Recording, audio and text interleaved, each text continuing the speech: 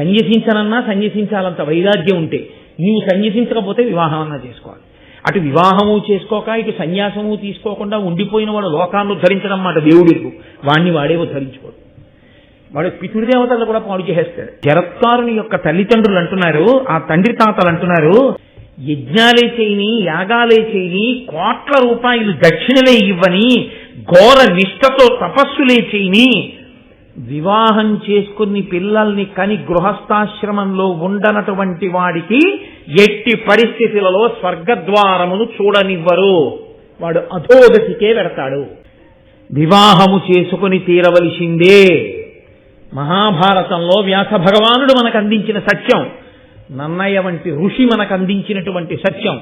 కాబట్టి దీనికి వ్యతిరేకంగా వాదించి మనం ప్రయోజనం ఉండదు.